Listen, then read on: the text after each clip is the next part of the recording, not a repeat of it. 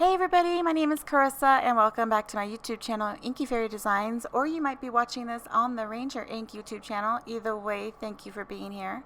We're going to be making this art journal page today using a lot of my favorite Dina Wakley media products. I am starting in her original journal using a page that was kind of like my wipe off page with when I was creating other journal pages, and I'm going to start adding some paint right over the top of that, not really worrying about it. And I'm pulling out turquoise and mineral, and these colors together are so pretty. Really enjoying the way that they mix together and create a really light blue color. I use my palette knife to just swipe that paint around and really not overthink it. When I'm creating a background, I don't really like to overthink it, so I will use palette knives, I will use brayers, I will use my fingers. Very rarely will I use a paintbrush. Most of my paintbrushes are used for collaging and gel medium and all that kind of stuff. But yeah, that's kind of the way that I like to create. So this page was inspired or is inspired by fall. I'm using a lot of my favorite colors from nature that I love during this season. One of the things that I always find in October is that the skies look just incredibly blue, bluer than any other time of the year, I promise. I don't know if it's the coolness, the crispness. You know, a lot of times there's no clouds unless we're getting a storm. But yeah, I love that. And that was my inspiration of using the turquoise and the mineral together. And then I love the aspen leaves when they change colors here, and they are a beautiful golden color, and so that's why I pulled out lemon. But then we also have some beautiful evergreens, and I wanted to incorporate that as well, and so I used olive mixed with evergreen to create that little strip of green and yellow color. And then, I don't know, this Sedona like sits in my paint caddy and it totally mocks me. It's like, you know, you want to use me, but you don't know how. And I just try to make this color work, and I just don't know if I'm finding the right combinations yet, but I am determined, and so it did find its way on this page. Right now I'm going over it, kind of just outlining it with fuchsia. Wanted to give it a little bit more of a cooler tone. I think it's the warm tone of Sedona. I mean, do you have a color that really you like, but you don't know how to use it or what to use it with? I know I need to go back and look at some suggestions with Sedona, and I will figure it out, I promise. But it ended up here, and I think in the end it looks okay. So right now I am pulling out a scribble stick. I'm using fuchsia, and I am just writing some things about fall and autumn, the things that I love, the things that maybe I don't love so much, but I'm just journaling all of that down as part of the background, very loosely, very scribbly and messy. And then one thing that I really love about using the scribble sticks for this type of journaling, where you're just processing your emotions or your thoughts or your feelings, and it's not really meant to be read after the fact, I can spritz it with some water, which is what I'm going to do here in a second, and it's going to just disappear. I mean, it's not going to disappear completely. I'm still going to have that beautiful color and texture on my page, but it's just going to make it so that it's just not readable at all. So I pulled out some gesso. Like I said, I really do like, I do like the way it looks right here. Maybe I don't like the red dots so much, but I felt like I needed to push it back a little bit. So here I am adding that gesso to my brayer and just kind of swiping it a little bit here and there, and not covering it completely, but I am pushing it back just slightly, and as the gesso dries it does lighten, so you see more of that showing through. I love this new collage paper by Dina Wakley. It is the vintage Scribbles, I think. You know, there's always a full list of supplies over on the Ranger Ink blog, or you can check out the supplies listed in my YouTube description below as well. But I love this white. I love that we get it in white and black. And I really wasn't sure how to use the white ones until I saw Dina sharing a technique where she uses paint or sprays, and the white acts as a resist. And since I've seen that, I've been obsessed with that technique, and I decided to use it with the Distress Oxide sprays, which are awesome.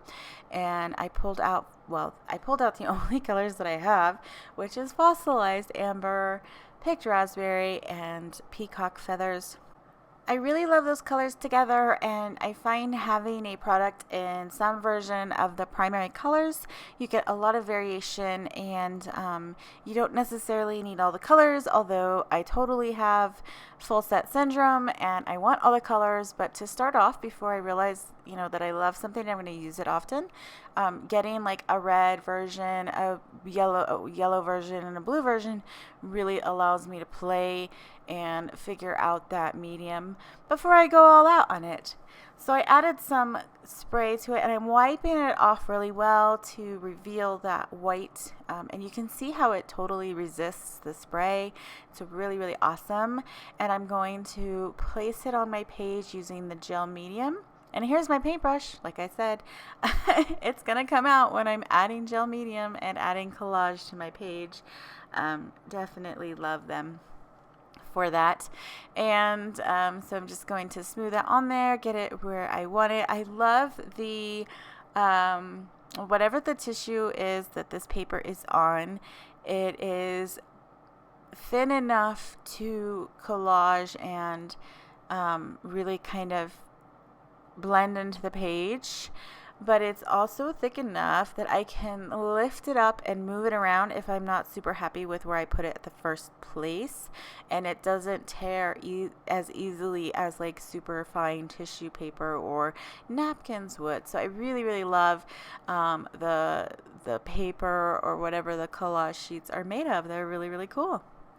So now I'm going to add some stenciling because I really love this fractured or distressed, I don't know what it's called, chevron shape stencil. It's part of the latest release, and I love the jumbo size of them.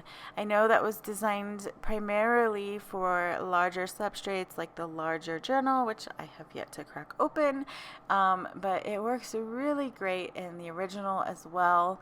And I like that you get two different sizes of that, so you can play with the variation of it.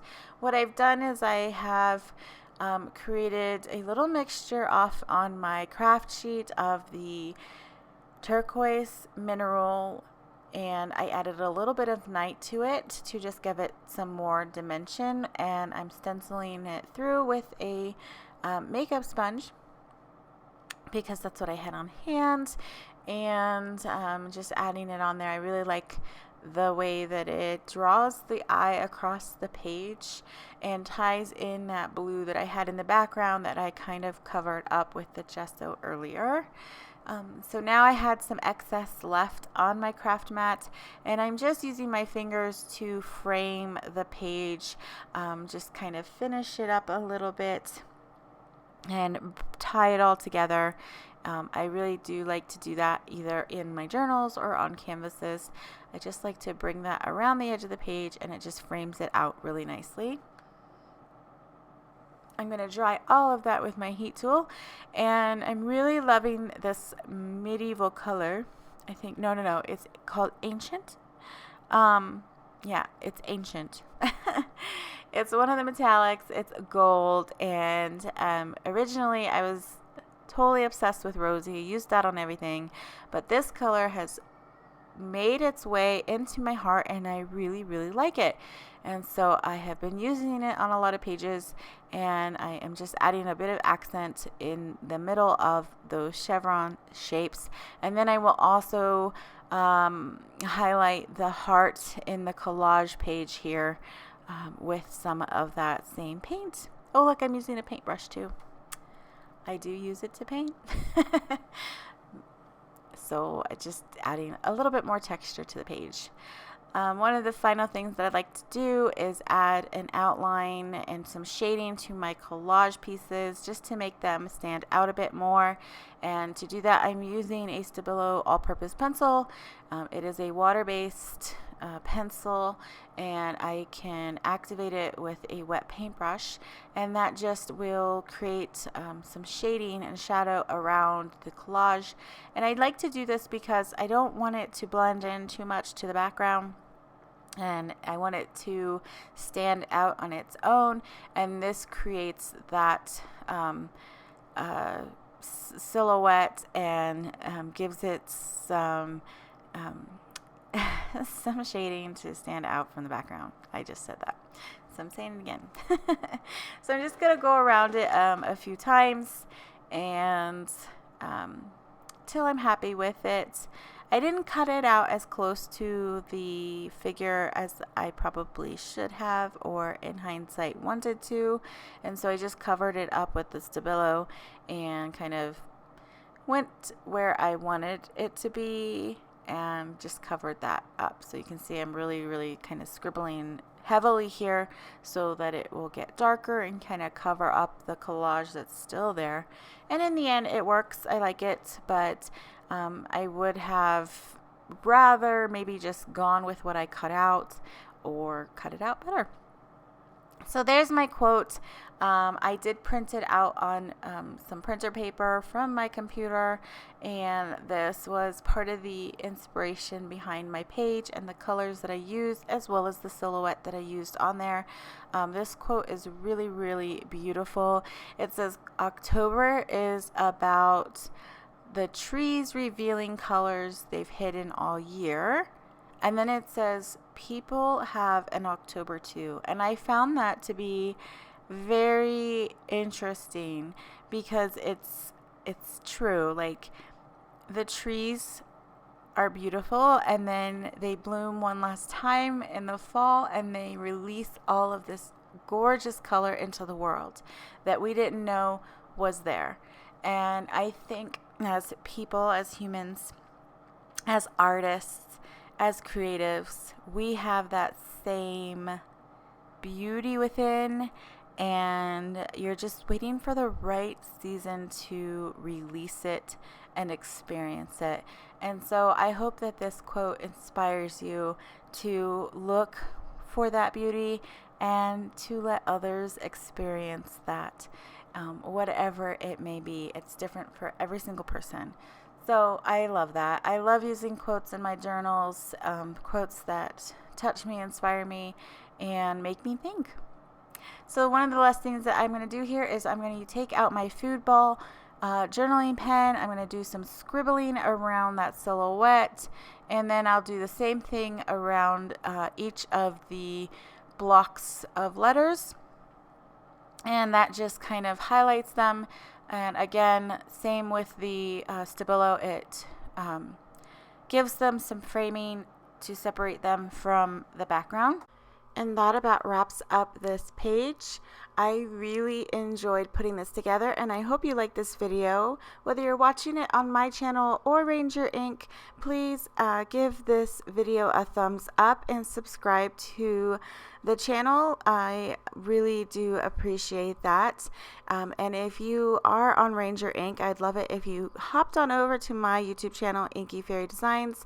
Take a look there. I have some awesome playlists filled with more mixed media videos if that's something that you are interested and looking for. I'd love to have you as a subscriber.